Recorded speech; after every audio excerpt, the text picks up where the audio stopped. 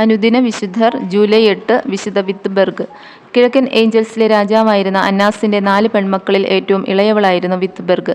ചെറുപ്പത്തിൽ തന്നെ ദൈവിക സേവനത്തോട് വിശുദ്ധയ്ക്ക് ഒരു പ്രത്യേക സ്നേഹം തന്നെയുണ്ടായിരുന്നു. നോർഫോക്കിലെ തന്റെ പിതാവിന്റെ തോട്ടത്തിൽ നിരവധി വർഷങ്ങളോളം വിശുദ്ധ കഠിനമായ ജീവിത രീതികളുമായി ഏകാന്തവാസം നയിച്ചിരുന്നു.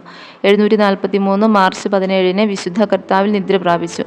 ഡെറെഹാമിലെ ദേവാലയ അങ്കണത്തിലാണ് വിശുദ്ധയെ ആദ്യം അടക്കം ചെയ്തിരുന്നത്.